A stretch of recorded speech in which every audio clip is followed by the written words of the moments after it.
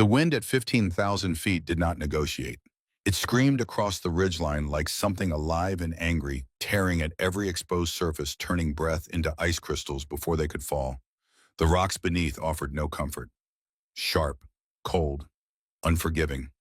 Every position hurt after 6 hours. Every position would hurt for the next 6. The voice on the radio was steady, professional, almost calm. Go 6 to Overwatch. I have visual on all 3 packages. Wind speed 42 knots gusting. Range 2134 meters. Static crackled.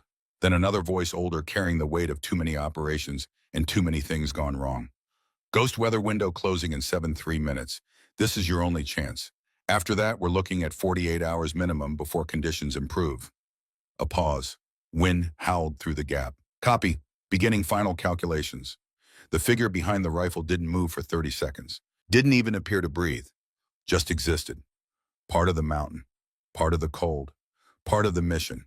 2,134 meters. The number meant nothing to most people. To a sniper, it meant everything.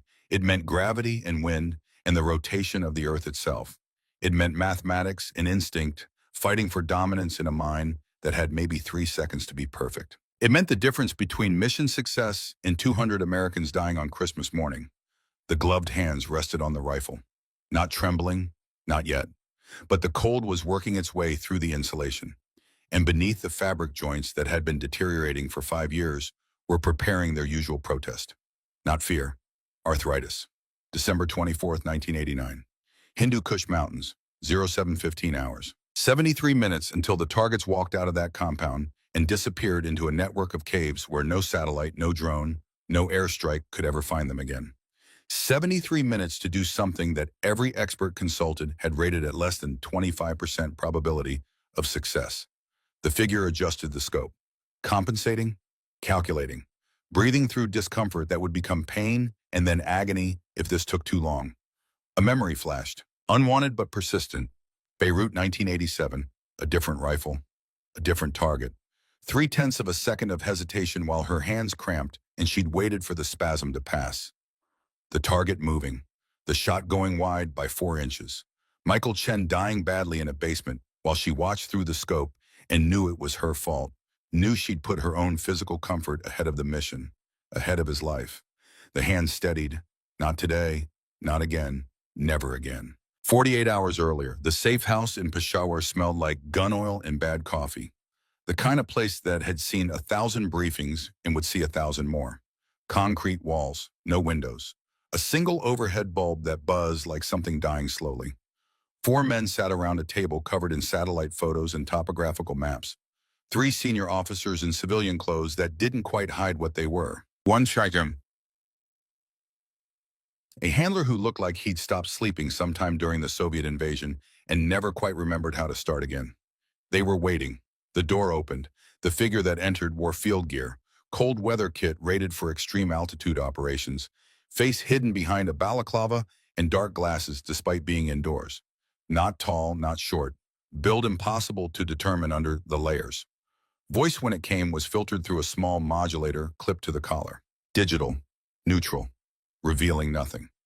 Gentlemen, the 3 officers exchanged glances. One cleared his throat. Ghost, good. We're on a tight timeline here. The figure they called Ghost moved to the table, studied the photos with an intensity that made the officers shift in their seats. Not aggressive, just focused. The kind of focus that suggested everything else in the world had stopped existing. The CIA handler, Graham Pierce, 60 years old and carrying the scars of Lebanon and Panama, and a dozen places that would never appear in any official record, pushed a red folder across the table. 3 targets, high value, confirmation from 2 independent sources that they'll be in the same location for approximately 6 hours on December 24th. After that, he shrugged. Gone. Potentially forever. Ghost opened the folder. 3 faces stared back. Hard men. The kind who'd spent decades building networks that destroyed lives and called it holy work. General Khalid, General Rashid, General Hassan. Pierce continued. Intel indicates they're planning coordinated attacks on 5 forward operating bases. Christmas Day, symbolic timing, maximum psychological impact. Estimated casualties, if successful, 200 plus American personnel. We hit them, the whole network collapses. They scatter. We're looking at another year minimum to rebuild intelligence and operational capacity. One of the officers leaned forward, silver hair, permanent scowl. We've consulted with every long-range specialist available. The consensus is unanimous. This shot is impossible. Ghost didn't look up from the photos, studying faces, memorizing features, building mental models of how these men moved and thought and died. What's the alternative? Airstrike, F-16 is out of Bagram, but response time is 40 minutes best case. Intelligence says targets will be at this location 30 minutes maximum. So no alternative. Pierce rubbed his face. Tired, so damn tired. Reese, look. Carlos Hathcock himself reviewed the parameters. He said even in his prime he wouldn't take this shot. The distance, the elevation, the wind conditions, the time window. It's not just difficult, it's functionally impossible for a human being to execute. How long do I have to prepare? The three officers looked at each other again. The one on the left, younger than the other, spoke. 72 hours. Insertion on the 23rd at 1400 hours. You'll have approximately 12 hours in position before the window opens. Ghost finally looked up. The dark glasses revealed nothing. I'll need complete wind pattern data for the last 6 months. Barometric pressure readings by the hour. Thermal imaging of the compound and surrounding terrain. Guard rotation schedules. Every piece of intelligence you have on the target's personal habits. Height, weight, movement patterns, everything. That can be arranged. But Ghost, you need to understand the risk profile here. I understand. The voice through the modulator carried no doubt. No hesitation, just cold mathematical certainty. Pierce studied the figure. He'd worked with Ghost for 14 years. 73 confirmed eliminations. Targets that other operators wouldn't touch. Scenarios that seemed designed by someone who wanted to prove that certain things were impossible. And yet Ghost had made them possible, had made them look almost easy. But 14 years was a long time in this business. People changed. Bodies broke down. Skills degraded. If you miss, I won't. 2 words. Absolute. The briefing continued for another hour. Details. Extraction plans. Communication protocols. Contingencies for every scenario except success because success seemed too unlikely to plan for. The three officers asked technical questions. Ghost answered in precise clinical language that revealed decades of experience and nothing whatsoever about the person behind the modulator. When they finally left, only Pierce remained. He waited until the door closed, waited until the footsteps faded down the hallway. Then he spoke quietly in a voice that carried concern he couldn't afford to show in front of the others. Kate, your last medical eval was 6 months ago. I've seen the reports you don't think I've seen. The ones you convinced the doctor to file under a different classification. The arthritis is getting worse. You're taking prescription painkillers that you're not declaring on your medical forms. At some point, that becomes a liability we can't ignore. This is the mission, Graham. These 3 men or 200 of ours. That's the choice. That's the only choice that matters. There's always another operator, younger, without the physical limitations without 28 years of experience, without 10,000 hours on this specific rifle system, without the instinctive compensation for every variable that only comes from doing this longer than anyone else currently alive. Pierce was quiet because she was right. Ghost was right. At 52 with arthritis that would have medically disqualified anyone else with joints that required constant medication just to maintain basic function, Reese Hawthorne was still the best there was. Not because she was naturally gifted. She'd never been that. But because she'd spent 3 decades turning herself into something beyond natural. A machine that calculated trajectories while everyone else was still finding the target. Just be careful out there. The modulator clicked off. When she spoke again, her real voice came through, rougher than the filtered version, carrying the weight of everything she'd seen and done and failed to prevent. Careful doesn't win wars, Graham. You taught me that in Lebanon. Remember? She pulled off the balaclava, red hair pulled back tight with gray threading through it like silver wire, face weathered by 2 decades in deserts and mountains, in places where the sun and wind collaborated to destroy human skin. Gray eyes that had stared through scopes at targets that deserved what came next, and a few who maybe hadn't, but the mission required it anyway. 52 years old, looking older in the harsh light of the safe house. Beirut was careful. I had the shot. Perfect conditions. But my hands were cramping. I waited, 0.3 of a second, just enough for the pain to ease. Target moved, I adjusted, took the shot, missed by 4 inches. Her voice went quiet. My target lived, walked out of that building and disappeared.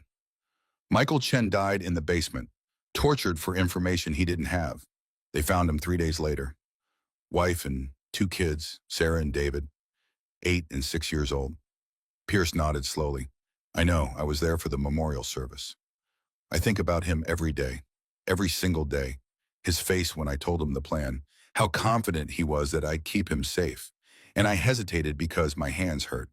She looked at her hands, still strong, still capable. But the tremor was there if you knew to look for it. This is probably my last mission. Body's breaking down faster now. Can't hide it much longer. Medical review is coming, and we both know what that means. So let me make it count. Let me balance the ledger. Just once. She replaced the balaclava. The modulator clicked back on. Ghost returned. The person disappeared behind the operator. 72 hours. I'll be ready. 40 miles south. Forward Operating Base Sentinel. Lieutenant Claire Ashford stared at the scheduling board like it might suddenly develop better news through force of will alone. It didn't. 4 teams deployed. 3 scheduled extractions. 1 storm system that meteorology kept revising worse every 6 hours. And a commanding officer who believed that following procedure was more important than adapting to reality. She was 29. Young for a tactical operations officer coordinating multiple teams across hostile terrain. Too young, according to Colonel Marcus Hendricks, though he'd never said it directly. He didn't have to. Every decision questioned, every recommendation second-guessed, every suggestion met with the same response. Let's stick to protocol, Lieutenant. It exists for a reason. Behind her, the operations center hummed with controlled activity, radio chatter in a dozen different frequencies, computer terminals displaying satellite feeds and weather data. The organized chaos of military operations that somehow worked most of the time, despite everything conspiring against it. Most of the time wasn't good enough when lives hung in the balance. Lieutenant Ashford, she turned. Hendricks stood in the doorway of his office, 55 years old, ramrod straight posture that probably hurt his back, but he'd never admit it. The kind of officer who'd come up through the ranks when procedures were carved in stone and deviation meant failure in courts-martial. Yes, sir. SEAL Team 7, status update. She checked her screen. Multiple feeds consolidated into a single operational picture. Inserted on schedule 2200 hours yesterday. Recon mission, 72-hour duration. Currently 17 hours into operation, no contact proceeding as planned. Weather forecast. She pulled up the meteorological data. Watched the storm system track across the screen like a malevolent entity seeking targets. Deteriorating rapidly, sir. Storm system moving faster than initially projected and intensifying. If they're compromised and need emergency extraction after 2300 hours tonight, conditions may be challenging. Hendricks frowned. The expression carved deeper lines into a face already carrying too many of them. Define challenging, Lieutenant. 40-knot winds gusting to 55. Near zero visibility. Severe icing conditions at altitude. Turbulence that would make even experienced pilots reconsider. It would be at the edge of what our pilots can safely handle, sir. I'd recommend pre-positioning a backup bird at forward staging area Bravo. That way if, Negative. Claire had expected that answer. It still stung. Sir, if we have assets already airborne and positioned, Lieutenant, we have 4 teams in theater. Limited helicopter assets. Fuel costs that somebody has to justify to people wearing stars I don't have and never will. We follow the extraction schedule. Team 7 knows the protocol. If compromised, they evade on foot until weather permits pickup. That's the standard procedure, and it works 90% of the time.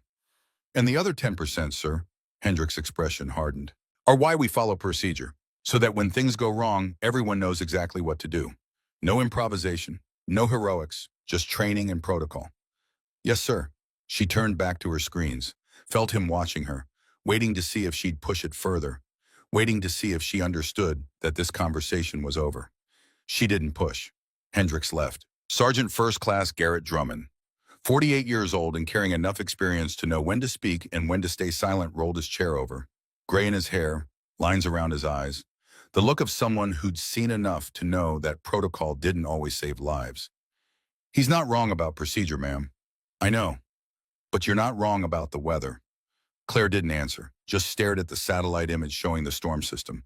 Big, getting bigger, moving faster than any model had predicted. Drummond was quiet for a moment. My nephew's in SEAL 7, kid's 23, first deployment. His mom, my sister, made me promise to look after him. He laughed without humor. Like I have any control over what happens out there. Like promises mean anything when the weather turns and the enemy's got different plans. What's his name? Corporal Mitchell Drummond, radio call sign Mitch 22. Kid thinks he's invincible. Volunteered for this deployment. Wants to prove himself. Drummond smiled, sad, knowing. They all do at that age before they learn that wanting to prove yourself and surviving aren't the same thing. Claire pulled up the SEAL 7 roster. 11 names, 11 faces, 11 families somewhere in America expecting them home for new years, if not Christmas. Captain David Hawthorne. Team leader. 31 years old, 7 years in the teams. Decorated twice, competent, professional. File noted next of kin sister name redacted CIA classification. She frowned, clicked deeper into the file. Required 3 security bypasses and her supervisor credentials. Found it. Reese Hawthorne, age 52, CIA Special Activities Division. Current status deployed, location classified. Claire stared at the screen. Sister, CIA classified enough that even the next of kin listing was partially redacted. Probably meaning she was doing something so sensitive that her own brother couldn't know where she was or what she did. Ma'am, you okay? She closed the file quickly. Yeah, fine. Just checking something. Drummond didn't press. That's why she liked working with him. Old enough to know that sometimes officers had reasons for things they couldn't explain. Smart enough not to ask questions that wouldn't be answered. The radio crackled. Routine check-in from another team. Everything normal. Proceeding as planned. For now. Claire checked the time. 2300 hours, December 23rd would arrive in 14 hours. The storm would arrive in 12. She pulled up the weather data again. Studied wind patterns. Cloud ceiling. Precipitation forecast. Temperature gradients. All the variables that turned routine extractions into life-threatening rumbles. All bad. All getting worse. All converging on a timeline that left almost no margin for error. Drummond watched her, knowing that look. Ma'am, if you're thinking what I think you're thinking, I'm not thinking anything, Sergeant. Just monitoring the situation. Like I'm supposed to. Uh-huh. The radio crackled again. Different frequency. The secure channel reserved for SEAL operations. Base, this is Bravo 7. Sitrep as follows: position, secure objectives, on schedule, no contact. Weather starting to deteriorate at our location. Visibility down to 200 meters and dropping. Advise. How copy? Claire keyed the mic. Professional, calm, giving no indication that she'd just been arguing with the colonel about extraction contingencies. Bravo 7 base copies all. Continue mission as planned. Weather forecast shows clearing in approximately 48 hours. You're approved to extend timeline and if needed to wait out conditions. Acknowledge. Copy that base. We'll monitor and adjust. Bravo 7 out. Captain David Hawthorne's voice. Calm, professional. No indication that anything was wrong or that 11 men were sitting in hostile territory with a storm bearing down, and no backup plan worth mentioning. But something in Claire's gut twisted. The instinct that couldn't be trained, couldn't be taught, just learned through experience and mistakes and watching things go wrong despite perfect planning. She pulled up classified intelligence summaries. Scrolled through intercepts and analysis from the past 72 hours. Standard traffic. Nothing unusual. Nothing that should concern her. Then she found it. Buried in a compartmented brief 3 security levels above her normal access. She shouldn't even be seeing this. But someone had made a mistake with the file permissions. Or maybe they hadn't. Maybe someone wanted people to know. Priority confidential. No foreign dissemination subject anticipated retaliation protocols. If HVT elimination operation proceeds as planned, see OP. Snowfall brief for details. Expect immediate retaliation. Protocol activation from enemy network elements. Historical pattern analysis suggests enemy forces will prioritize elimination of all coalition units within 50-mile radius for 48-hour period following strike. Units currently in affected area. SEAL 711 personnel, Ranger QRF-3, 16 personnel, SFOD, A512 personnel. Recommendation: pre-position extraction assets. Casualty estimates if units caught in retaliatory sweep 70 to 90%. Classification command level only. Field units not to be informed prior to HVT. Operation completion, distribution. Eyes only Colonel Hendricks, Major Pierce C. Wow, and a General Patterson SOC, OM. Claire read it twice. Felt her stomach drop. Felt the operational picture shift into something darker and more dangerous than she'd understood. Operation Snowfall, whatever that was, happening on the 24th, important enough to classify, dangerous enough to expect retaliation, and SEAL Team 7 was sitting right in the middle of the kill zone, and nobody was going to warn them. Drummond, ma'am, the operation happening on the 24th, the classified one. Do you know anything about it? Above my pay grade, Lieutenant. Above yours, too, I'd guess based on how carefully you're not looking at that screen. She stared at the brief, at the casualty estimates, at the words not to be informed in bold type. Protocol said she couldn't tell SEAL 7, couldn't warn them, couldn't do anything except watch and hope that somebody higher up the chain had thought this through, that they had contingencies she didn't know about, that those 11 men weren't just acceptable losses in someone's calculation. Ma'am, you're doing that thing where you look like you want to punch a wall. I'm fine. Respectfully, you're not. Claire closed the classified file, pulled up the regular operations board. Everything looked normal, clean, by the book, 11 men doing their job, following orders, trusting that the people coordinating their mission had their backs, except for the part where they might walk into a retaliatory killing zone and nobody was going to warn them because protocol said so. She checked the time again, tried to calculate how long they had if everything went wrong.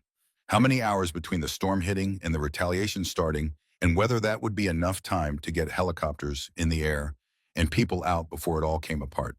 The math didn't work out well. Drummond, you ever have one of those feelings where you know something's wrong, but you can't prove it and nobody wants to hear it, and even if they did, you're not authorized to talk about it anyway?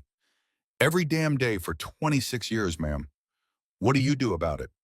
He thought about that, long enough that she looked at him, found him staring at his own terminal, at his nephew's name in the SEAL 7 roster.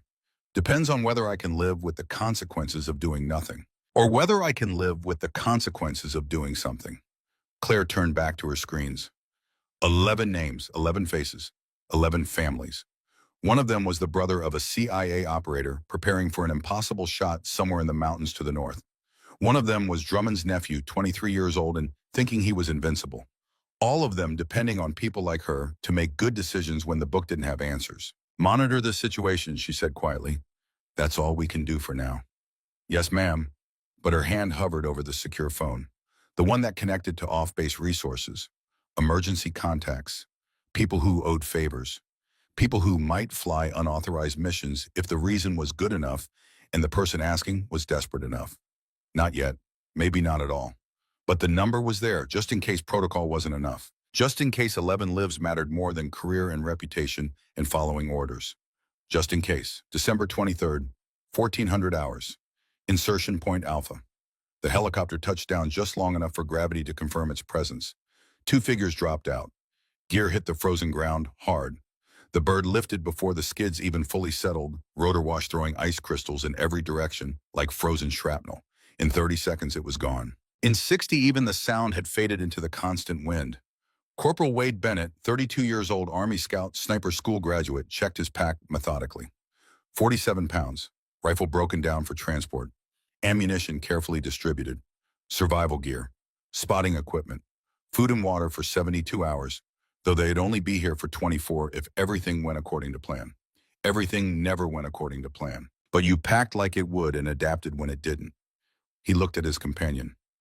Ghost, still fully covered despite the exertion of the drop, still anonymous behind the balaclava and dark glasses, moving with the kind of practiced efficiency that came from doing this more times than could be counted. 18 hours to position, Bennett said, checking his GPS, confirming the route. Terrain's going to be difficult. You good with the pace? Ghost nodded, started walking. No wasted movement, no hesitation. Just purpose compressed into action. They moved through terrain that wanted them dead. Rocky, steep, covered in ice that hid under innocent-looking snow waiting to betray ankles and knees and lives. Every step had to be calculated. Every rest break timed to the minute, because stopping too long in these temperatures meant hypothermia, and stopping too often meant missing the window. Bennett was in good shape, 32 years old, Ranger qualified. Mountain warfare trained at the school in Vermont, where they taught people how to not die in places like this. He struggled with the altitude and cold and weight. Ghost, at least a decade older based on movement patterns that Bennett had learned to read, kept pace like it was nothing. Like 18 hours of vertical climbing with 50 pounds of gear at altitude was just another Tuesday. Except for the hands. Bennett noticed after the second hour, the way Ghost flexed them during breaks. Pain being managed rather than absent, pain being managed rather than absent. You okay? Fine, keep moving. Voice still filtered through the modulator, still anonymous and artificial. They climbed. Altitude pressed down like a physical weight. Air thinned. Breathing became work. Each breath bought less oxygen. Each step cost more effort. 14,000 feet. 15,200. The cold wasn't just cold anymore. It was hostile, aggressive, sentient in its malevolence. Searching for any gap in clothing, any exposed skin, anything it could freeze and destroy. Bennett's face hurt despite the balaclava. His fingers ached inside insulated gloves.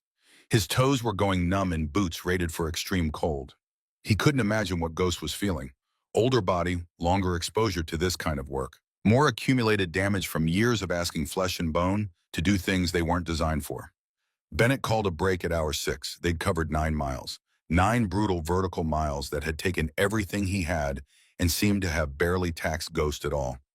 Ghost settled against a rock, pulled out water, drank methodically, the precise amount needed. No more, no less.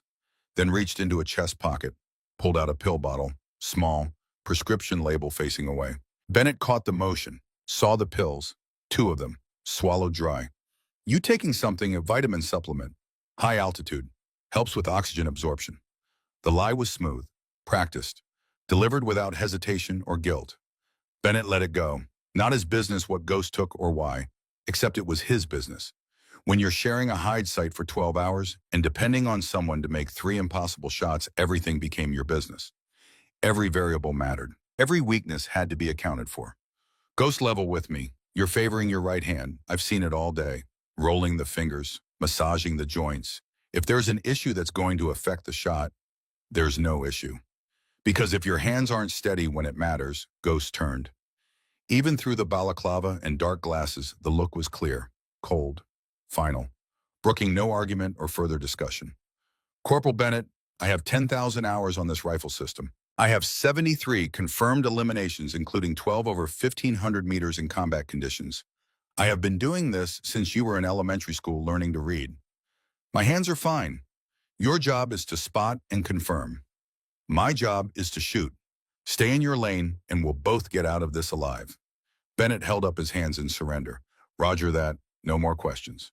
They climbed in silence after that. The only sounds their breathing, and the wind, and the occasional crack of ice breaking under boots. 17 hours in, they reached the position, a rocky outcrop that provided cover from observation and elevation for the shot. Line of sight to the target compound clear. Distance measured by laser rangefinder exactly 2,134 meters. Ghost immediately began setting up. Not the rifle yet. That would come later. First, the observation equipment. Kestrel weather meter mounted on a small tripod. Laser rangefinder, spotting scope with the best optics money could buy. Bennett set up their hide, camouflage netting that blended with the rocks and snow, insulation against the ground that would pull heat from their bodies without mercy, space blankets that would trap what little warmth they could generate and reflect it back. We got 12 hours until the window opens, he said. We should sleep in shifts, 4 hours each. I'll take first watch so you can rest. Negative, you sleep, I observe. Ghost, you need rest for the shot. You need to be, I need wind pattern data. I need guard rotation confirmation. I need thermal readings of the compound and the surrounding terrain. I need to build a mental model of every variable that's going to matter when I have 3 seconds to be perfect. Ghost settled behind the spotting scope. Sleep or don't, but I'm working. Bennett wanted to argue. Knew it would be painless. Just settled into his sleeping bag and watched Ghost through half-closed eyes. The figure he was almost certain now it was female based on build and movement patterns and a dozen small details that added up to probability, spent the next 6 hours motionless behind the spotting scope, taking notes in a small waterproof notebook, recording wind speeds at different altitudes by watching thermal shimmer and flag movement, building a database of information that would inform the shots when the time came. Every 30 minutes she flexed her hands. Quick, methodical, like a pilot running through a pre-flight checklist. Every hour she reached for the pill bottle. Bennett pretended to sleep and worried about what would happen when someone whose joints required constant medication tried to make 3 shots that the best snipers in the world had called impossible. At hour 4 of his supposed sleep, he gave up pretending. Ghost? What? If you miss, what happens? Long silence. Wind howled. Temperature dropped another 5 degrees as the sun disappeared completely and darkness claimed the mountain. Dawn was still 3 hours away. The shooting window was still 8 hours out. 200 Americans die on Christmas morning. Probably more. The network we've been dismantling for 3 years stays intact. Operations continue for at least another year. Estimated total casualty count over that period, 700 minimum, and that's just American casualties. Local population deaths would be substantially higher. And if you make it, the network collapses, the region stabilizes, lives get saved, maybe not all of them, but enough to matter. That's a lot of pressure for 3 shots. Ghost was quiet. When she spoke again, the modulator was off. Real voice, rough from cold and exhaustion, carrying weight that had accumulated over decades. Beirut, 1987. I had a shot, clear conditions, perfect setup. But my hands were cramping. Arthritis even then, though I didn't want to admit it. I hesitated. 0.3 of a second while I waited for the pain to ease. Target moved. I adjusted. Took the shot, missed by 4 inches. She paused. Bennett heard her breathing, controlled, measured, like she was managing emotion the same way she managed everything else. My target lived, walked out of that building and disappeared. Never found him again. My asset died. Michael Chen, good man, wife and 2 kids. Sarah was 8, David was 6. I met them at the memorial service, stood there in my dress uniform, and accepted their mother's thanks for trying to save him while knowing I'd failed because I put my own comfort ahead of his life. Bennett didn't know what to say. Wasn't sure there was anything to say. So yes, Corporal, it's a lot of pressure. But missing is not an option I can live with. Not again, not after Beirut. 0.3 of a second of weakness and a good man died. That doesn't happen twice. The modulator clicked back on. Ghost returned. The person disappeared behind the operator. Get some sleep. We go loud in 7 hours and I need you sharp. Bennett finally slept, fitfully, dreaming of wind and distance and shots that either saved hundreds or doomed them. Dreaming of Michael Chen's kids at a memorial service. Dreaming of Ghost's hands trembling at the worst possible moment. When he woke at 0600 hours, Ghost was exactly where she'd been. Still watching. Still recording data. Still flexing those hands that would soon have to be absolutely perfect. 3 times, or everything failed. December 24th, 0200 hours. Phobe Sentinel. Claire woke to her radio crackling with traffic that wasn't supposed to be there. She grabbed it, still half asleep, disoriented. The clock on the wall said 0200 hours. She'd only been asleep for 90 minutes. Repeat Bravo 7 to base. We are compromised. Approximately 60 hostiles closing from multiple directions. Request immediate extraction. How copy? She was fully awake now, grabbed her boots, started pulling them on while keying the mic. Bravo 7 base copies. Stand by. She ran to the operations center. Drummond was already there. Hadn't gone to sleep, had probably been monitoring frequencies all night. How bad, she asked. He pulled up the satellite feed. Thermal imaging showed 11 heat signatures in defensive positions, and around them spread across a much wider area dozens more heat signatures converging. Bad. They got spotted somehow. Intel was wrong about patrol patterns or they just got unlucky. Either way, they're surrounded and it's only going to get worse. Claire checked the weather data. The storm was rolling in faster than predicted. Ceiling dropping. Visibility approaching 0. Wind gusting to 50 knots. She grabbed the phone, called the flight operations officer. Woke him up. I need emergency extraction for SEAL 7 now. Lieutenant, have you checked the weather? No pilot in their right mind is flying in these conditions. Then find one who's not in their right mind. We have 11 operators about to be overrun. I need authorization from Colonel Hendricks for emergency extraction. Claire hung up, ran to Hendricks' quarters, pounded on the door. He opened it, looking exactly as irritated as she'd expected. Lieutenant, this better be. Sir SEAL 7 is compromised. They need immediate extraction. Hendricks took in her expression, followed her to the operations center, looked at the feeds, looked at the weather data. His expression hardened. Extraction is denied. Weather conditions are beyond safe operating parameters. They'll have to evade on foot until conditions improve. Sir, the weather's only getting worse. By the time it clears, they'll be dead or captured. Then they evade better. That's what they're trained for. Colonel, Lieutenant, I understand your concern, but I will not risk a helicopter crew and aircraft on a low-probability rescue in conditions that could kill everyone involved. The answer is no. They evade.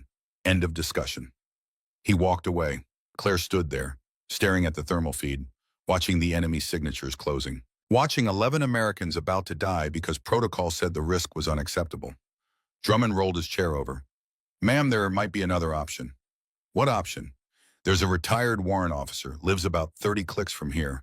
Jake Stratton, used to fly Hueys in Vietnam. Still owns one. Private collection. Keeps it airworthy because he's crazy and has money and likes flying. He's not military. He's not authorized. He's not insured for combat operations. No, but he owes me a favor. Big one. His son got in trouble a few years back. I helped make it go away quietly. He said if I ever needed anything. Claire looked at the screen, at her career, at the choice between following orders and doing what was right. How fast can you get him on the phone? 5 minutes later, she was talking to a 62-year-old man who sounded suspicious and tired. Mr. Stratton, my name is Lieutenant Claire Ashford. I need you to do something that's going to get both of us in serious trouble. I'm listening. I need you to fly into a combat zone in weather that should be grounding all aircraft and extract 11 SEALs who are about to be overrun.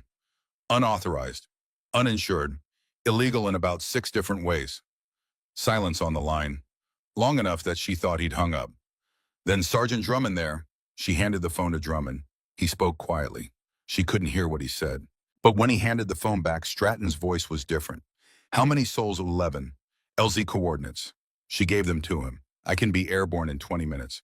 Flight time 30 minutes. Weather's going to try to kill me. If I crash, my wife's going to be extremely angry with both of us. Understood. And Lieutenant, when this is over, you and I are going to have a serious discussion about what you owe me. Yes, sir. She hung up, looked at Drummond. I'm going with him. Ma'am, that's my call, my responsibility. If this goes wrong, I want to be there. Colonel's going to have you arrested? Probably. But 11 men are going to be alive to see it happen. She grabbed her gear, body armor, helmet, grabbed a rifle she barely knew how to use because she was a logistics officer, not infantry. But if she was flying into a combat zone, she was going armed. Drummond stood. I'm coming too. Well, Sergeant, my nephew's in that team, ma'am. You're not doing this alone. They ran to Drummond's truck, drove to Stratton's private hangar 15 minutes away, found him already doing pre-flight on a Bell UH-1 that should have been in a museum, but was apparently still airworthy enough for a madman to fly into a storm. You're the lieutenant, Stratton asked. Silver hair, weathered face, eyes that had seen too much but still had humor in them. Yes, sir. You know this is insane. Yes, sir. Good, I don't fly with people who don't understand the risk. He tossed her a flight helmet. Strap in. We launch in 5. Claire climbed into the helicopter. Drummond followed.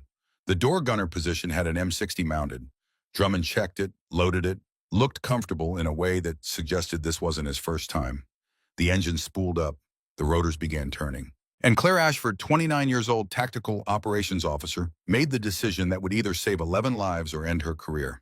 Probably both. The helicopter lifted into a storm that wanted it dead. And 40 miles north, Ghost settled behind a rifle and prepared to make 3 shots that would change everything. The thermal scope painted the world in shades of green and white that revealed heat and hid everything else. 3 figures. Heat signatures burning bright against the cold compound walls 2,134 meters away. General Khalid stood near a window gesturing with his hands, giving orders, making plans that would kill Americans if allowed to proceed. General Rashid sat at a table covered in maps and documents, studying terrain, calculating approach routes and defensive positions. General Hassan paced near the back of the room. Restless, dangerous, the kind of man who needed to move to think. 75 minutes until they left. 75 minutes until the window closed forever, and another year of war became inevitable. Ghost had been watching them for 6 hours, learning patterns that would matter in the next 90 minutes.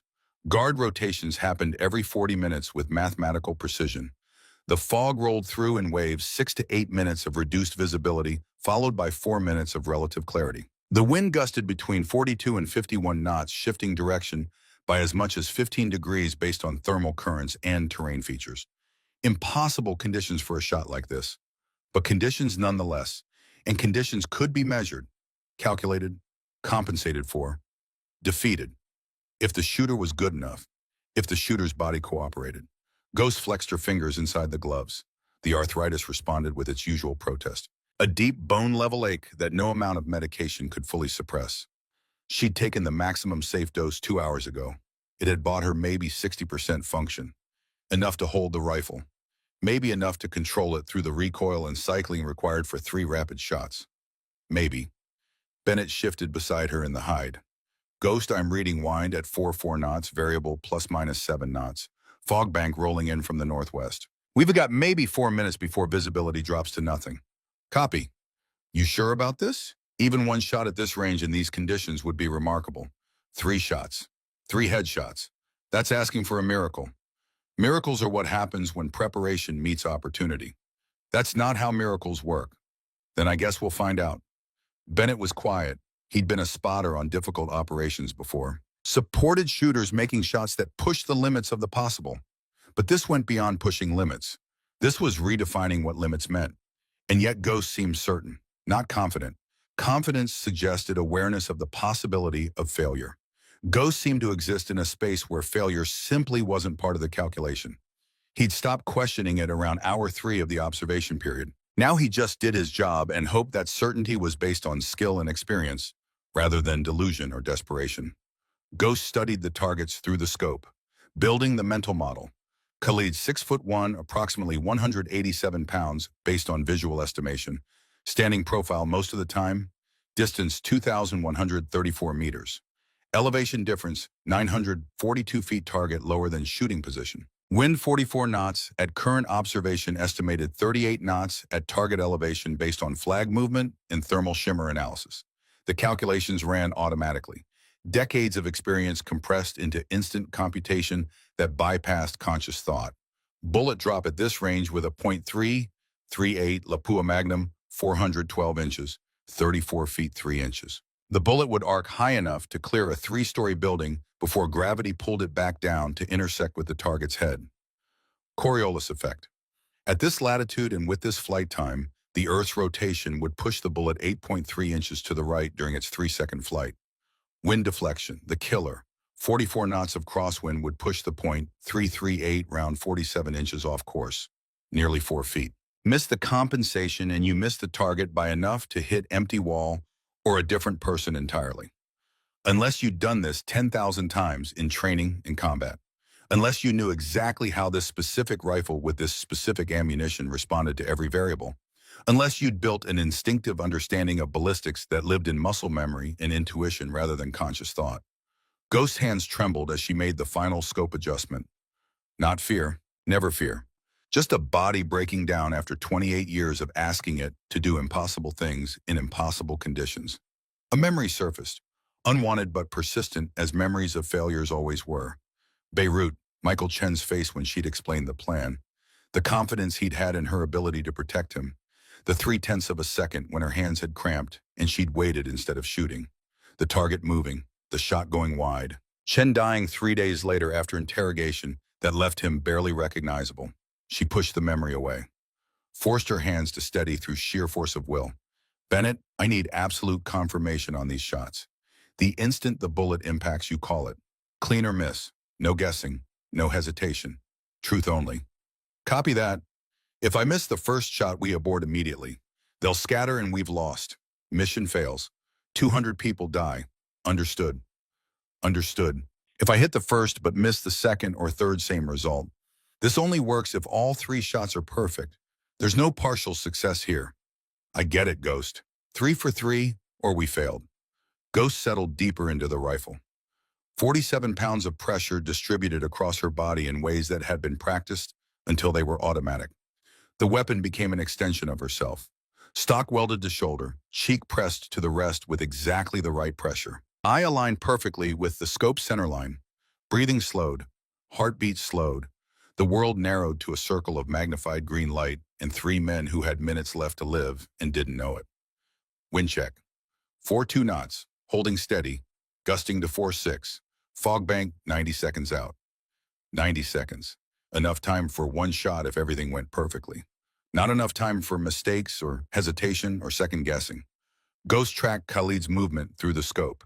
He was animated, emphatic, pointing at something on a map that one of his subordinates held, speaking rapidly, making decisions that would result in American deaths if he lived to implement them. His pattern was clear now after 6 hours of observation. 4 seconds standing still while making a point, then movement, then another 4 seconds still, then movement again. The next still period would be the shot. She waited, breathing in the rhythm her body had learned over 10,000 hours. In for 4 counts, hold for 2, out for 6. The pattern that slowed her heart rate and steadied her hands and created the tiny window of absolute stillness required for precision. In, hold, out, in, hold, out. Khalid gestured, moved to look at something, stopped. Now. The crosshairs settled on a point 8 feet above his head and 4 feet to the left of his current position. Empty air, nothing visible to anyone watching. Just Ghost's mental calculation of where the bullet needed to be for wind and gravity and the Earth's rotation to carry it into flesh and bone 3 seconds later. Her finger took up the slack on the trigger. 4 pounds of pressure. 5, 6. The point where breathing would disturb the rifle. Where heartbeat would transmit through the stock and shift the crosshairs. Where everything had to be perfect because there was no margin for error. 7 pounds. The rifle cracked. The suppressor kept the sound manageable. Not silent, but quiet enough that at 2,000 meters it would sound like distant thunder or rocks falling. Nothing to indicate that death was in flight. Flight time. 1 second. The bullet climbed through thin mountain air, arcing up on a trajectory that would carry it higher than either shooter or target. 2 seconds. Apex. Peak of the curve. 34 feet above the line of sight, beginning to fall now as gravity reasserted control. 3 seconds. Dropping fast, wind pushing it right, Coriolis pushing it left. Both forces calculated and compensated for in the original aim point. Through the scope, Khalid's head snapped backward with sudden violence. A red mist appeared where his face had been. His body dropped instantly. No transition between standing and falling. Just vertical one moment and horizontal the next. Target down! Bennett's voice carried shock and awe in equal measure. Clean headshot. Khalid eliminated.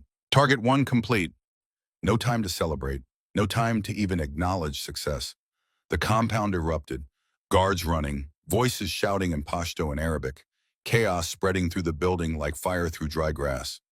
Inside the room, Rashid stood from the table, started moving toward the door. Survival instinct kicking in. Get out of the room where someone just died violently. Get to cover. Get to safety. The smart play. Ghost tracked him. He was moving at approximately 4.2 miles per hour based on the distance covered, right to left across the scope picture. But he wasn't just moving laterally. He was descending a half flight of stairs. 3 feet of vertical drop during the time the bullet would be in flight. 2 calculations, lateral and vertical. Both had to be perfect simultaneously. Ghost's right hand cramped. Sharp. Sudden. The arthritis choosing the worst possible moment to flare with intensity that made her vision blur for a half second. She bit down on the pain, forced her fingers to maintain pressure on the stock. 15 seconds to make the shot before Rashid disappeared through the doorway and the opportunity was lost forever. Bennett saw the hand spasm, saw Ghost's jaw clench. Ghost, you need to... Spotting, now, no commentary. Wind 4-3 knots, gusting 4-7. Target moving estimate 4 miles per hour, lateral descending. Ghost led the target, 8 feet ahead of his current position to account for movement.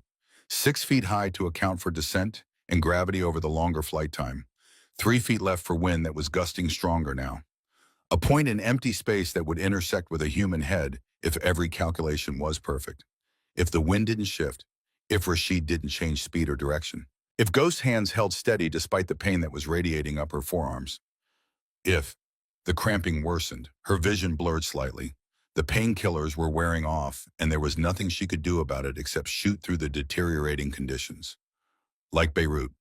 Like the day Chen died because she'd hesitated. No, not like Beirut, not again. She controlled her breathing, found the rhythm again despite the pain. Waited for the moment between heartbeats, where the world went still and the shot became possible. Squeezed. The rifle cracked. Flight time. Rashid kept moving, kept descending. Unaware that a bullet was tracking him through the air at 2,900 feet per second, 3.1 seconds. The round caught him as he turned his head toward the door. Entered through the left temple, exited through the right in a spray of bone and brain matter. He collapsed onto the maps he'd been studying, blood spreading across operational plans that would never be executed. Target down, Headshot confirmed 2 for 2. Ghost cycled the bolt. Brass ejected, spinning through the air and landing on the rocks with a small clink.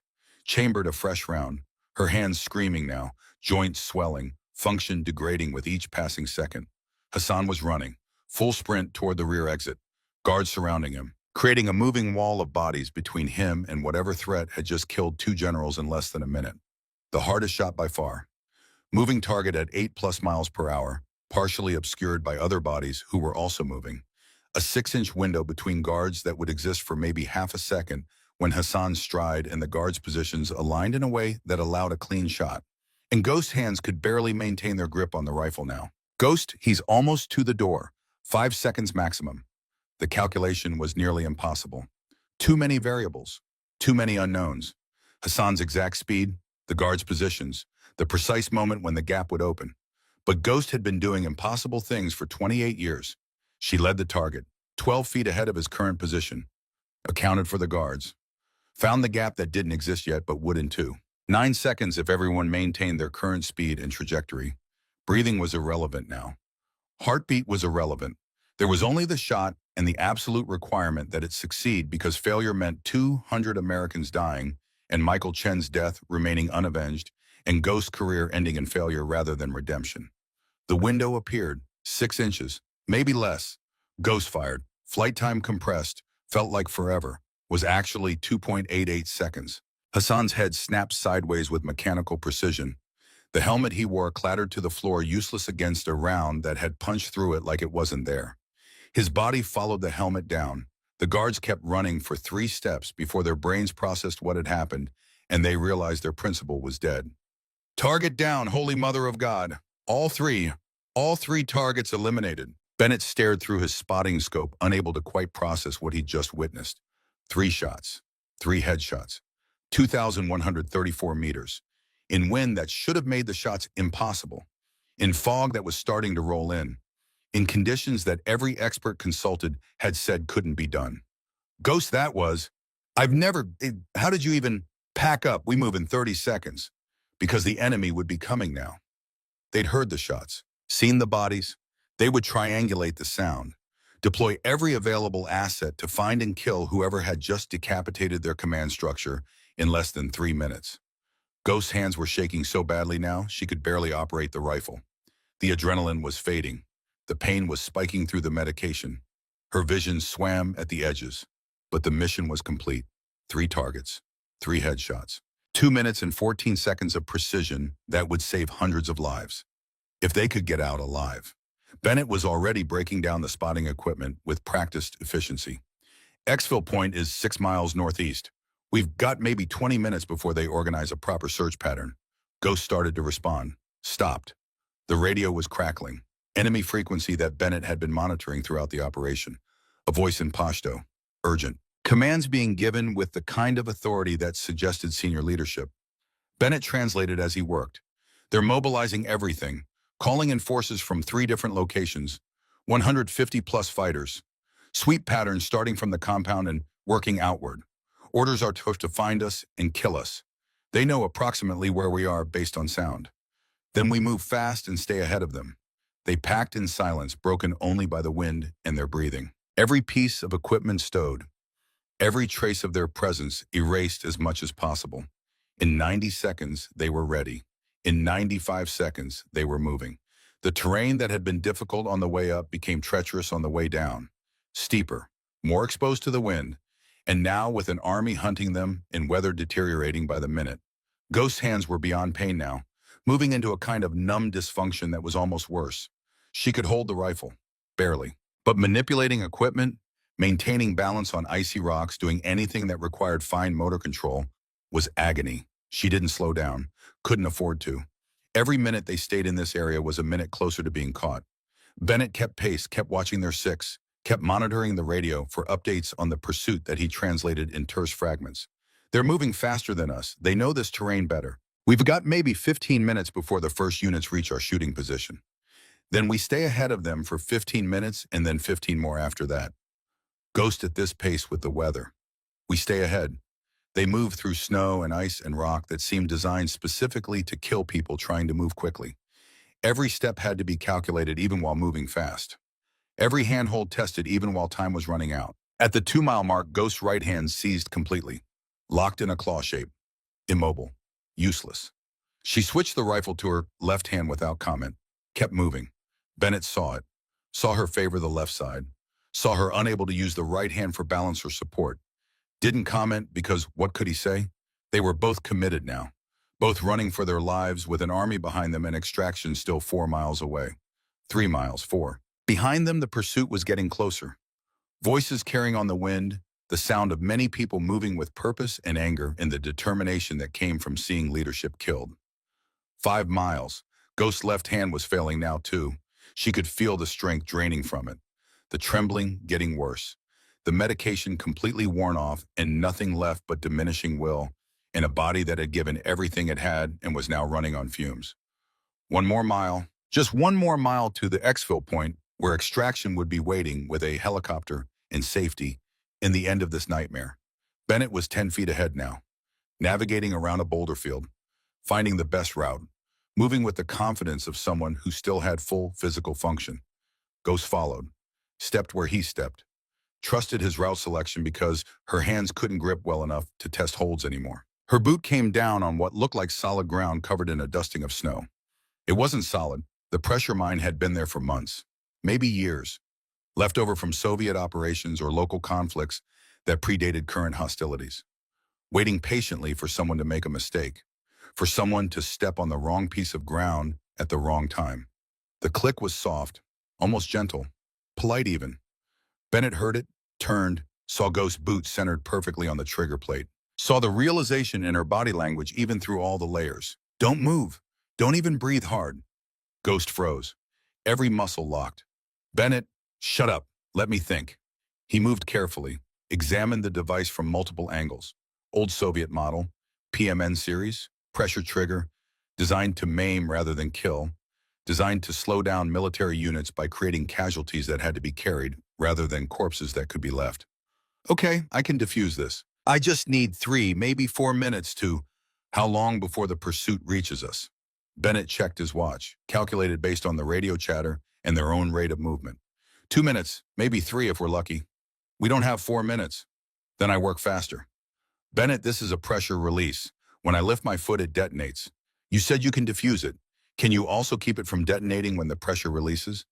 Bennett looked at the device, at Ghost, at the situation. The math was simple and terrible. When you lift your foot, I can try to keep manual pressure on the trigger plate. But it's a split-second thing. If I'm not perfectly positioned, if my weight doesn't transfer exactly when yours releases, it blows. And at this range, we both die. What if you're already on it when I lift? Then when you lift your foot and I'm holding it down, I can't get off it without it detonating. Understanding settled between them. Cold and final as the mountain air. Your foot, Ghost said quietly.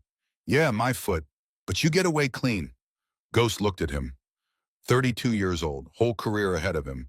Wife at home named Sarah, who didn't know where he was or what he did but loved him anyway.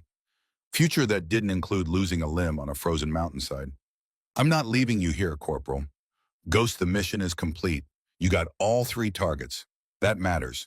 You living to report it matters. Me, he shrugged. I'm a spotter, replaceable. But what you just did, that's going in the history books. Don't waste it by dying on a mine. There has to be another way. There's not. And we have maybe 90 seconds before that decision gets made for us by 100 armed fighters who really want us dead. Ghost studied the mine, the mechanism, the options, found none that didn't end with both of them dead or Bennett losing his foot. She thought about Michael Chen, about hesitation and failure, about living with the knowledge that she'd put her own interests ahead of someone else's life. This was different. This was Bennett volunteering, making his own choice. But the result would be the same. Someone paying a price for her mission. Someone sacrificing themselves so she could live. The voices behind them were getting louder. On 3, Bennett said, moving into position, getting his boot next to Ghost on the pressure plate. You lift, I press down immediately. Okay. Bennett, I can't. 1 minute. This is insane. There has to be. 2. Your whole career. 3. Ghost lifted her boot. Bennett's foot slammed down on the trigger plate with all his weight behind it. Nothing happened. For 2 seconds, nothing happened. Then the mine detonated. The blast was designed to maim. It succeeded. Bennett's right foot and lower leg simply ceased to exist below the knee, replaced by trauma and blood and bone fragments and screaming pain that no amount of training could prepare a human being to process. He screamed, couldn't help it, couldn't stop it. The sound tore from his throat with the same violence that had torn his leg apart. Ghost caught him as he fell, applied a tourniquet with hands that barely functioned, pulled it tight with strength that came from somewhere beyond physical capability. Combat gauze packed into the wound. Pressure, more pressure. Trying to keep him from bleeding out while the enemy voices got closer and closer and time ran out. Bennett, Wade, stay with me. Focus on my voice. His eyes were unfocused. Gray, going into shock from blood loss and trauma and the fundamental wrongness of suddenly having pieces of himself missing. Ghost, go. I'm done. Just go. Shut up. You don't get to quit. She got him onto her back. Fireman's carry, 173 pounds of operator plus 40 pounds of gear. Carried by a 52-year-old woman with crippling arthritis in hands that could barely grip and a body that was already running on empty. The math said it was impossible. Ghost started walking anyway. Every step was negotiated with a body that wanted to quit. Her hands couldn't maintain proper grip. Her back screamed. Her legs threatened to collapse. 52 years old and moving like 70. Carrying weight she had no business carrying over terrain that wanted her dead. She kept walking, one foot in front of the other, refusing to acknowledge that this was impossible, refusing to accept that she couldn't do this. Behind her, the pursuit found the blood trail, found the blast site, realized their quarry was wounded and close and vulnerable. They began to run. Ghost couldn't run, could barely walk under this weight, but she could keep moving, could refuse to quit, could carry this kid who'd sacrificed his foot so she could live. The exfil point was 1 mile away, might as well have been 100. A sound cut through the wind, distant, mechanical, rhythmic, rotors, a helicopter, but not the one she'd been expecting. Wrong sound signature, wrong approach vector, coming from the south instead of the east, and not coming for her. The radio crackled, not her frequency, not Ghost's extraction, something else. Bennett's radio still on his vest, still monitoring multiple channels. A voice, young, female, professional despite obvious stress. Bravo 7, this is Raven, inbound for emergency extraction. ETA your position 2 minutes. Prep for dust-off. Over. Another voice, male, strained, familiar in a way that made Ghost's blood run cold despite the exertion and adrenaline. Raven, we're not authorized for extraction. Who sent you? Nobody sent me, Captain, but I'm not leaving you to die out here. Mark your position with IR strobe. Ghost knew that male voice. Knew it because she'd heard it at family gatherings before their father died. Before she'd gone so deep into classified work, that family became a liability she couldn't afford. For protecting her cover became more important than protecting her relationship with the only family she had left. David.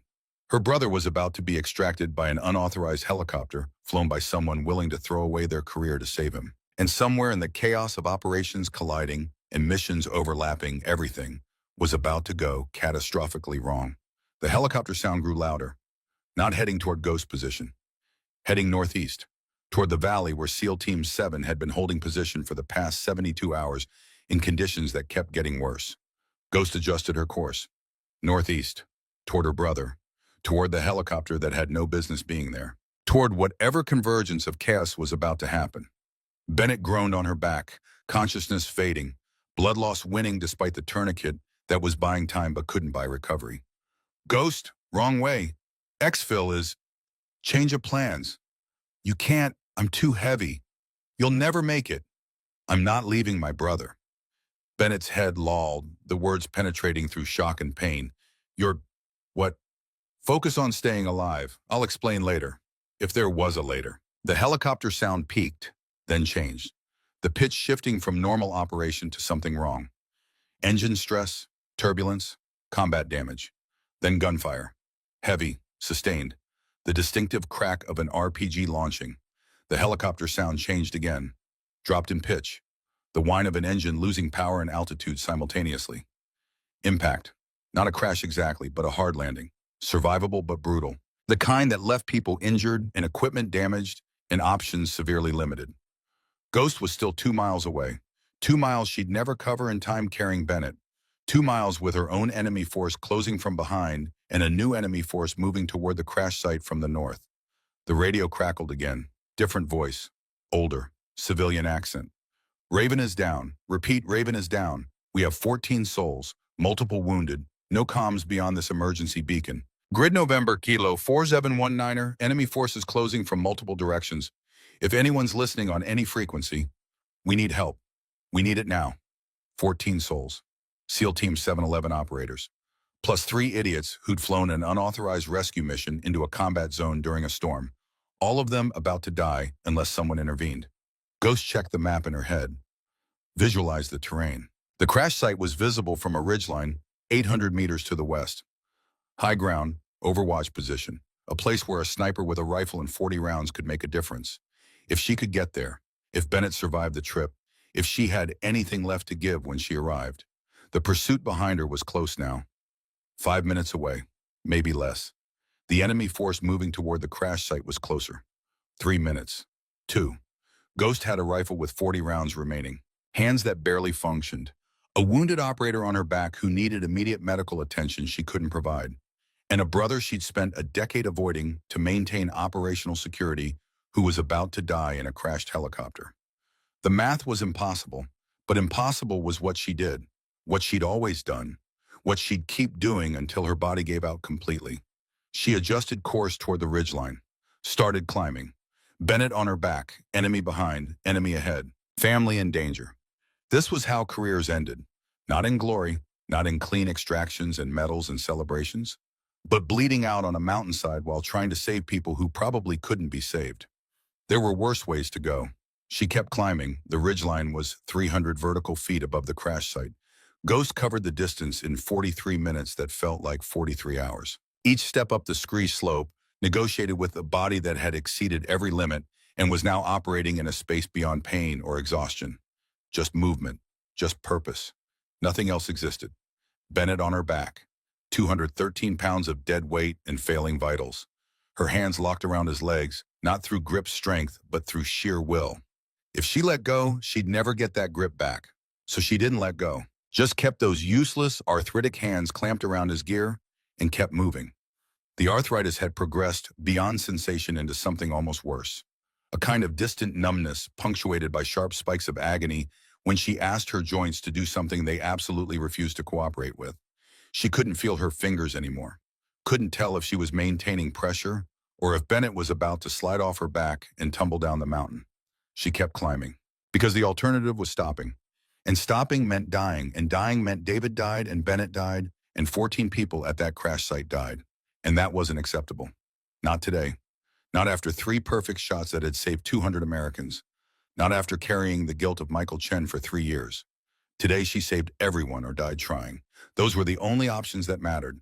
Below and to the east, the crash site was chaos rendered in miniature. The Bell UH-1 lay on its side like a dying insect, rotor's broken fuselage crumpled. Figures moved around it with the desperate efficiency of people who knew they had minutes before everything went completely wrong. 11 in SEAL combat gear setting up a perimeter with whatever they had. 3 in civilian clothes and mismatched equipment helping where they could. Ghost could see the gaps in their defensive line from 800 meters away. The limited ammunition evident in how carefully they moved. The fact that 4 of the SEALs weren't moving at all. Wounded too badly to fight. Maybe wounded too badly to survive, even if extraction arrived immediately. The enemy was coming. Ghost could see them through gaps in the terrain. 40-plus fighters converging from 2 directions, moving with purpose and coordination. 20 minutes out from the crash site, maybe 15. Not enough time for any rescue that followed protocol or made sense. But maybe enough time for a 52-year-old woman with a rifle and 40 rounds and nothing left to lose except her life and her brother's life and the lives of 13 other people who'd done nothing wrong except try to save lives. Ghost reached the ridgeline, collapsed, rolled Bennett off her back as gently as her destroyed hands allowed.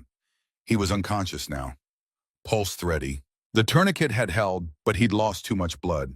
He needed a hospital, needed it hours ago, needed things she couldn't provide on a frozen mountainside in hostile territory. He wasn't going to get those things. Not for a while, maybe not ever. She forced herself upright, every muscle protesting, every joint screaming. 52 years old and feeling every single one of those years plus a few extra. Set up the rifle on a rocky outcrop that provided cover and elevation. The scope was still zeroed from the morning shots. The weapon still functioned. She had 40 rounds, 40 chances to make a difference, 40 rounds against 40-plus fighters and whatever else was coming behind them. The math didn't work. She settled behind the rifle anyway. Her hands wouldn't cooperate, couldn't form the proper grip. The cold and exertion and arthritis had combined to destroy what remained of her fine motor control. She tried to curl her finger around the trigger. The finger barely moved. 28 years, 10,000 hours, 73 confirmed eliminations, 3 impossible shots this morning that had saved hundreds. And now her body was done, used up, broken, unable to do the one thing she needed it to do. Ghost stared at her hands like they belonged to someone else, useless. Traitor hands that had carried her through a career and were now abandoning her when it mattered most. She thought about Beirut, about Michael Chen, about hesitation and failure, and living with consequences that couldn't be undone. She thought about David down there, 11 years younger, baby brother who joined the military because their father had and because she had, who'd never known what she really did because it was classified and dangerous to share. Baby brother who was about to die because a storm and bad timing and chaos had conspired to put him in the wrong place at the wrong time.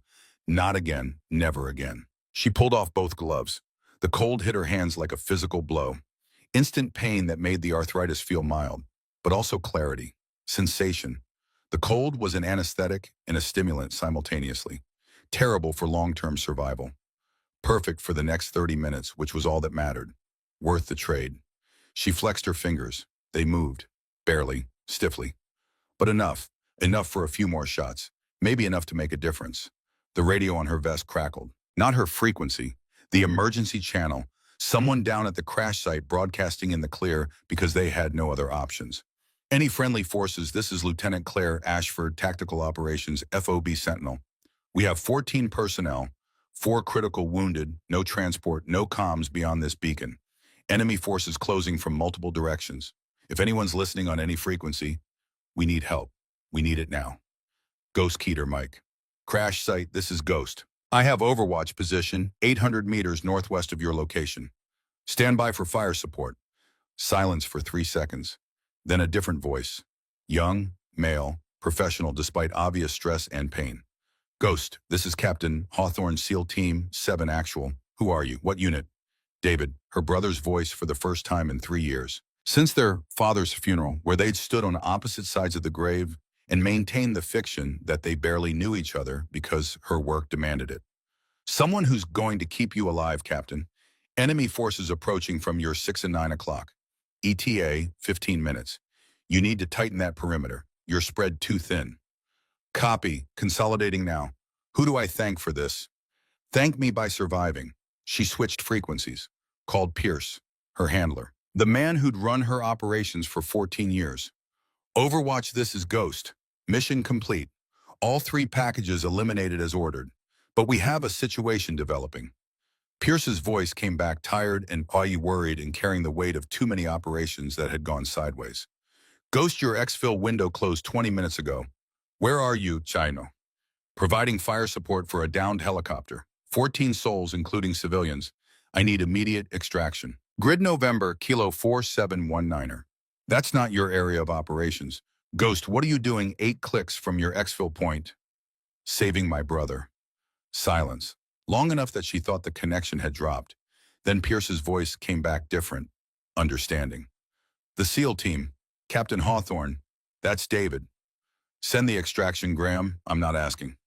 More silence. She could practically hear him thinking, calculating, understanding what she wasn't saying directly. 45 minutes minimum. 2 Blackhawks from Bagram. Can you hold that long? Ghost looked at her hands, already turning white from frostbite. Looked at Bennett bleeding out behind her. Looked at the enemy forces closing on 14 people who'd done nothing wrong except try to prevent 11 Americans from dying. I'll hold.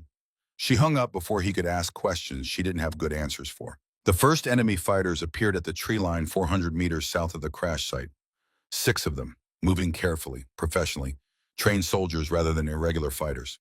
Ghost settled behind the rifle. Her hands screamed as the cold worked deeper. Good. Pain meant nerve function, meant she could still shoot even if she couldn't feel her fingers anymore. She found the first target in the scope. 412 meters. Crosswind 15 knots. Elevation difference minimal. The calculations came automatically. Muscle memory built over 10,000 hours. Her body knew what to do even when her conscious mind was struggling with cold and exhaustion and degrading function. She fired. The suppressor kept the sound manageable, quiet enough that at this distance it would sound like wind or rocks shifting. Nothing to immediately identify as gunfire. The target dropped. Clean hit. Center mass. Not the headshot she'd have made this morning, but adequate for the task. The others scattered, started looking for cover while trying to locate the source of fire. Ghost tracked the second target, 420 meters, moving perpendicular to her position. She led him slightly, accounted for his speed, fired. He stumbled, hit in the leg. Not the kill shot she'd intended. Her hands were worse than she'd thought. Fine motor control, degrading faster than expected. She adjusted, aimed higher, fired again. Center mass, he dropped and stayed down. The remaining 4 went to ground, started trying to locate the shooter with whatever training they had. Ghost shifted position, moved 6 feet to the right along the ridge and set up again. Different angle, different sight picture, making their job harder. A third target exposed himself for 3 seconds while moving between rocks. Ghost fired. Clean hit through a gap in the cover. The man collapsed without a sound. 3 down, 3 retreating back toward the tree line, breaking contact, going back to report that someone with a rifle and skill was protecting the crash site. At the crash site, Claire Ashford's voice came over the radio. "Ghosts don't know who you are, but that bought us time. Thank you." "Don't thank me yet, Lieutenant. That was reconnaissance. Main force is still coming." She was right. 10 minutes later, the main assault began. Not cautious, not probing. Just overwhelming force applied with the coordinated tactics. 40 fighters moving in multiple groups, suppressing fire, maneuver elements, professional military operations executed with precision. Ghost began picking them off methodically. 500 meters, 400, 600, 350. Each shot harder than the last. Her hands losing function.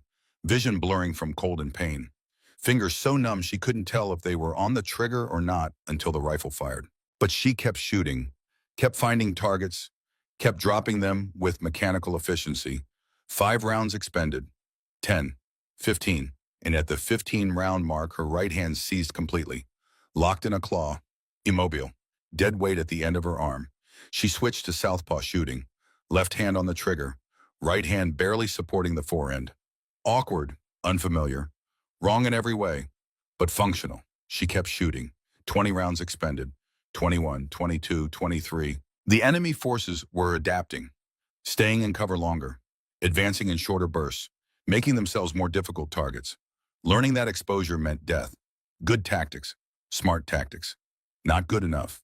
Ghost kept finding angles, kept exploiting mistakes, kept making shots that didn't seem possible given her condition and the circumstances. At 27 rounds, she saw him, the figure wearing General Hassan's distinctive jacket, moving with Hassan's characteristic gait, giving orders to the assault force with the authority that came from rank. Not Hassan. She'd watched Hassan die through her scope this morning. Watched the bullet punch through his skull. Watched him drop with mechanical finality. But someone wearing his clothes, his gear. Either pretending to be him to rally troops or confuse intelligence or both.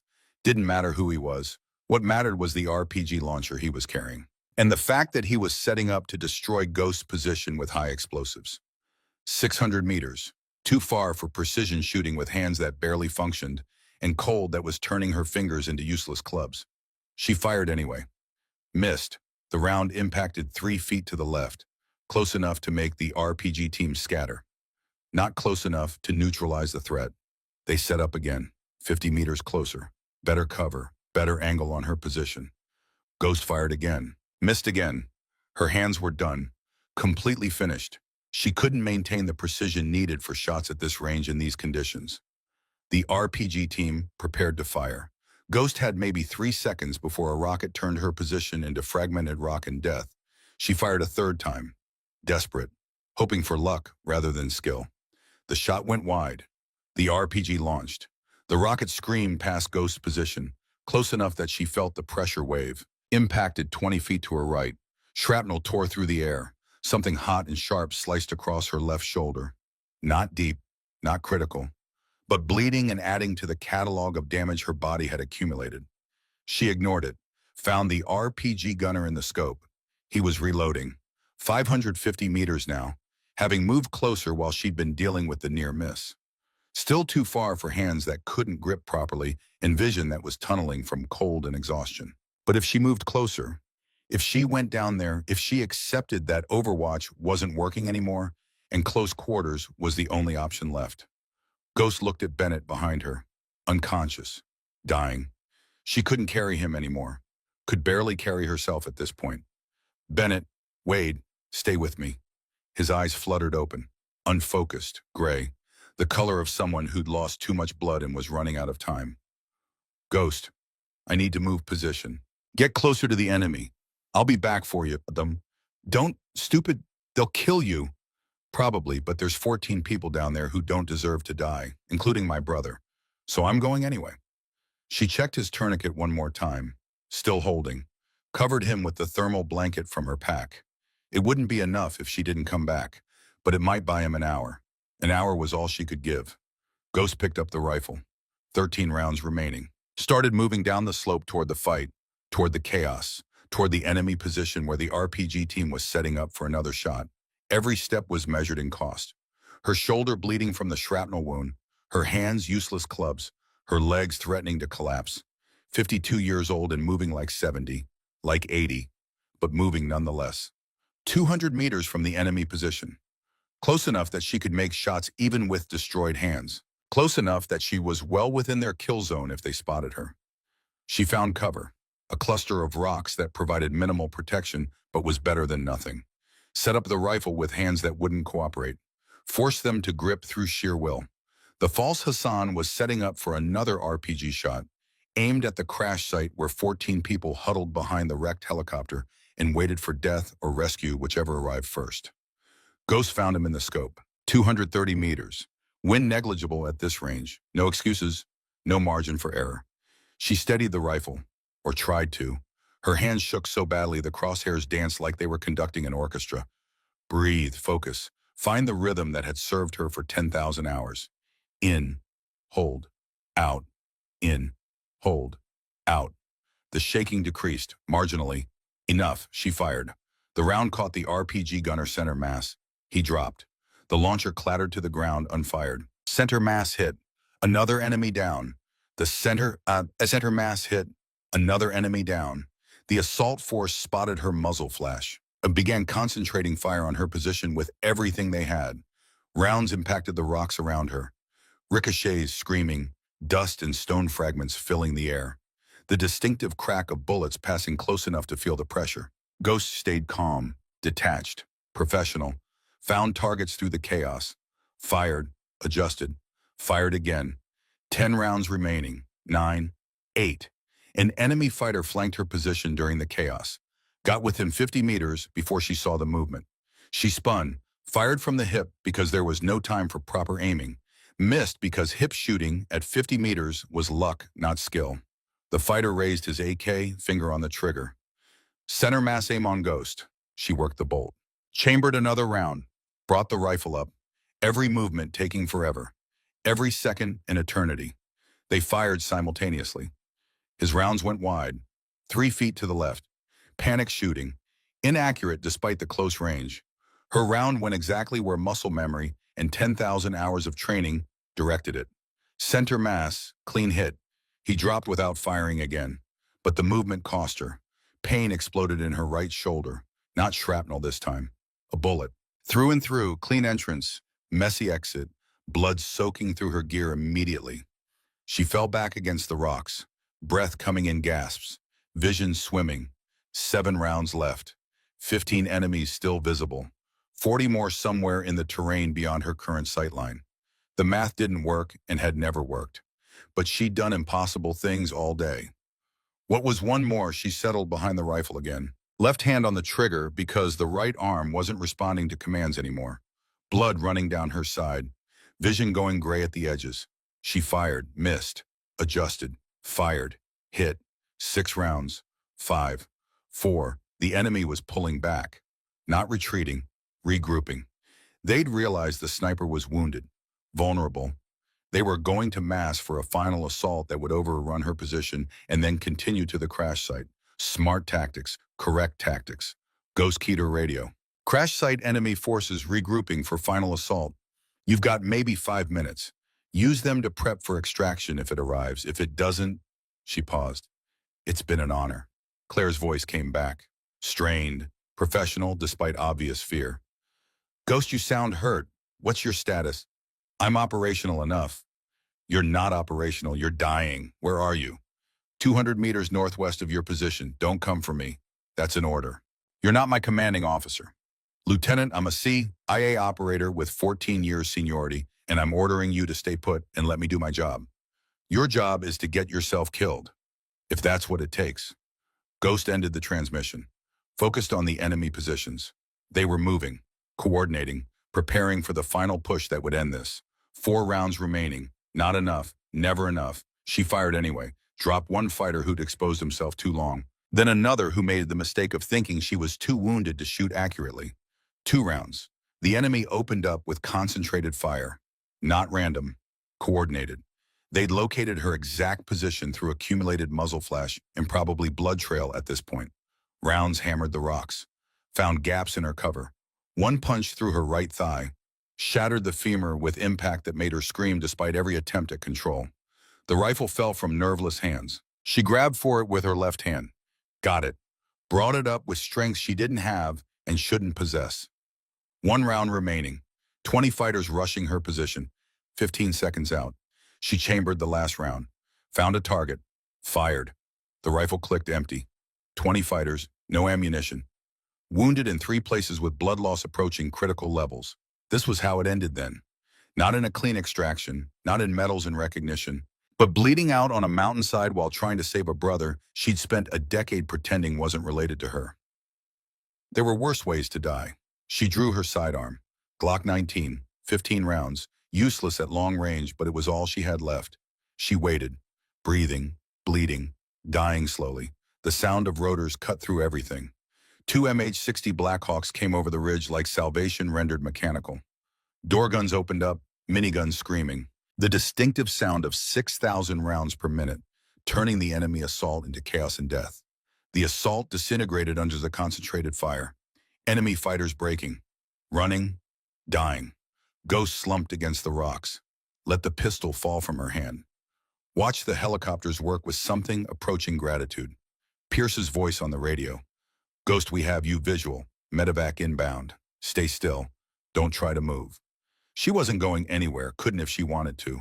The first Black Hawk set down at the crash site. Medics poured out like water from a broken dam. Started triaging, loading wounded, efficient, professional, saving lives. The second bird came for her. 4 medics scrambled up the slope, moved fast despite the terrain and the ongoing chaos. Reached her position, started assessing with practiced efficiency. Jesus Christ, gunshot right shoulder, gunshot right thigh, femoral artery compromised, severe hypothermia, advanced frostbite both hands, multiple contusions. She's in hypovolemic shock. Get a line in her now. Ghost felt them working, distant, like it was happening to someone else, like she was floating above her body watching strangers try to save a life that maybe wasn't worth the effort. One medic leaned close, young, concerned. Ma'am, can you hear me? What's your name? She tried to answer, couldn't form words.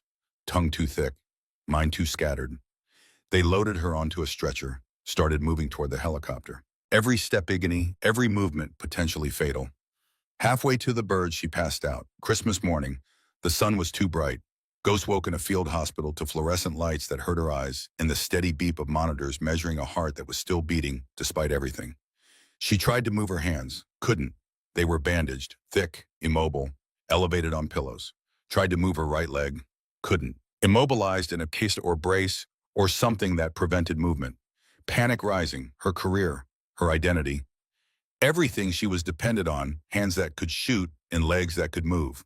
A nurse noticed her stirring, moved to her side. Easy, you're safe. You're at Bagram Air Base. You've been in surgery, multiple surgeries actually. My hands. The surgeon will talk to you about that. Just rest for now. My hands. The nurse was quiet. That silence told Ghost everything she needed to know. The door opened. A figure in SEAL combat gear. Dirty, exhausted, alive. David sat in the chair beside the bed. stared at her for a long moment with an expression she couldn't quite parse. Katie. She looked at him. Her little brother, 31 years old, 11 years between them. 3 years since they'd spoken. A lifetime of secrets and distance and classified operations. You shouldn't be here, protocol. Yeah, well, someone saved my life. Saved my entire team. Thought I should say thank you in person. It was the mission, nothing personal. He smiled, sad, knowing. Same old Katie. Can't even accept gratitude without deflecting. She looked away, couldn't meet his eyes. How's your team? 11 alive, 4 critical but stable now. Corporal Drummond's nephew is going to make it. Lieutenant Ashford is probably going to lose her career over the unauthorized extraction. The pilot Stratton is looking at serious fines and license suspension. And the spotter you carried 3 miles with 2 broken hands and arthritis and gunshot wounds is out of surgery. Expected to survive, though he lost the foot. Bennett. Yeah, Wade Bennett. He told me what you did. Said you refused to leave him even though it meant missing your exfil. Said you carried him until you physically couldn't anymore. He gave up his foot so I could live. I wasn't leaving him. David was quiet for a moment. The CIA handler, Pierce, he told me about the mission. 3 targets, over 2,000 meters, in a storm. They're saying it might be the longest confirmed elimination in operational history. Multiple targets, impossible conditions. It's just shooting, David, mathematics and practice. Katie, you saved 200 people this morning. Probably more. The network collapsed within hours. The attacks never happened. You changed everything. She looked at her bandaged hands, couldn't feel them, couldn't tell if that was medication or permanent damage. And what did it cost? The door opened again. A doctor, older, tired, carrying the kind of news that never got easier to deliver no matter how many times you did it. Major Hawthorne, I'm Dr. Richard Cole. I performed your surgeries. Multiple surgeries, actually, over the past 12 hours. My hands. He pulled up a chair. Professional, compassionate, honest. Severe frostbite compounded by pre-existing arthritis and gunshot trauma to the right shoulder that damaged additional nerve pathways. We saved the hands. You'll retain basic motor function, possibly even most normal activities. But the precision you'd need for your profession, the fine motor control required for shooting at the level you've demonstrated, I'm sorry, that's not coming back. The words hung there. Final. Absolute. Career-ending. 28 years, 10,000 hours. 73 confirmed eliminations plus 3 this morning that might have been the most important shots ever fired. Over. Done. Oh, it's finished. Your right leg required extensive reconstruction. The femur was shattered. Multiple fragments. We used pins and plates. You'll walk again, eventually with physical therapy and time. But running, climbing the kind of physical demands your career has required, that's not realistic anymore. Ghost stared at the ceiling, processed, calculated. Understood what she'd known was coming since the moment she'd pulled off her gloves to shoot with frozen hands. Forced medical retirement, disability evaluation, a pension and a lifetime of knowing she'd given everything and her body had finally said enough. How long before I can leave? Hospital 2 weeks minimum. Full recovery, 6 months to a year. It's going to be difficult, Major. The pain management alone, I understand. David reached for her hand, stopped when he saw the bandages covering everything. Katie, you're alive. That's what matters. I'm done, David. I'm 52 years old and I'm done. Finished. Used up. You saved lives, hundreds of them. That matters more than Michael Chen, Beirut, 1987. I hesitated 0.3 of a second because my hands hurt and he died because of it. I've been trying to make up for that failure for 3 years, trying to prove I could still do the job despite the arthritis. And now, she looked at her hands. Now I can't do anything. I'm just done. David was quiet, processing information he'd never known, understanding things that had never made sense. Who's Michael Chen? Someone I failed when it mattered most. Katie, go check on your team. Make sure they're okay. I need time. He nodded, stood, stopped at the door. For what it's worth, I'm proud of you. Dad would be too. You did something incredible today. He left. Ghost lay in the hospital bed and stared at hands that would never shoot again and tried to figure out who she was if she wasn't a sniper. 3 days later, the court-martial proceedings took place in a temporary courtroom that smelled like disinfectant and disappointment. Lieutenant Claire Ashford stood at attention, 29 years old, career officer, facing charges that would define the rest of her life. Colonel Hendricks sat on the board with two other senior officers. A JAG lawyer who looked like he'd rather be anywhere else. Formal, professional, inevitable. The charges were read: unauthorized use of civilian aircraft, disobeying direct orders, reckless endangerment of personnel and equipment, each one career-ending on its own. Together, they were catastrophic. Hendricks testified: accurate, professional, damning. He described Claire's actions with clinical precision and no room for interpretation. Then Pierce testified: CIA handler. Classified operations. Carefully worded explanations about how the unauthorized extraction had inadvertently created a diversion that saved Ghost's life and allowed the primary mission to succeed. The board deliberated for 22 minutes. The verdict: general letter of reprimand. Permanent mark in her personnel file. Career effectively over. No promotion, no advancement, allowed to serve out her time and retire at current rank, but nothing more. Sergeant First Class Garrett Drummond. Demotion to Staff Sergeant. Jake Stratton. $50,000 fine. Pilot license suspended indefinitely. Possible criminal charges pending civilian review. No heroes, no medals, no recognition. Just consequences for breaking rules even when breaking them saved lives. Claire accepted the verdict without reaction. Saluted. Walked out of the courtroom with her back straight and her eyes forward. Drummond waited outside. Ma'am, for what it's worth, my nephew's alive because of what you did. We made the choice, Sergeant. We knew the cost. This is us paying it. Still worth it. Tell me that in 10 years when you're trying to make ends meet on a staff sergeant's pension. She walked away. 6 months later, summer sun warmed the Virginia afternoon with the kind of gentle heat that made winter feel like a memory. Ghost sat in a classroom at the FBI training facility in Quantico. Instructor, teaching counter-sniper tactics to a class of 22 trainees who had no idea who she was or what she'd done. She was just Major Hawthorne, retired, teaching because that's what broken operators did when they couldn't operate anymore. Her hands still shook. The arthritis never went away. The frostbite damage added new dimensions to old pain. She wore compression gloves constantly, took medication that dulled the discomfort but never eliminated it. A trainee raised his hand, young, eager. A trainee raised his hand, young, eager. Ma'am, what's your confirmed kill count? Standard question. Professional curiosity. Classified. Can you tell us about your longest shot? She looked at her hands, trembling despite the medication and compression, useless for the one thing they'd been trained to do. 2,134 meters. Hindu Kush Mountains, December 1989. 3 targets, 2 minutes 14 seconds.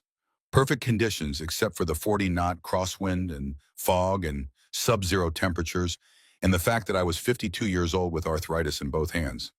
The class went quiet. But I also hesitated once. Beirut, 1987.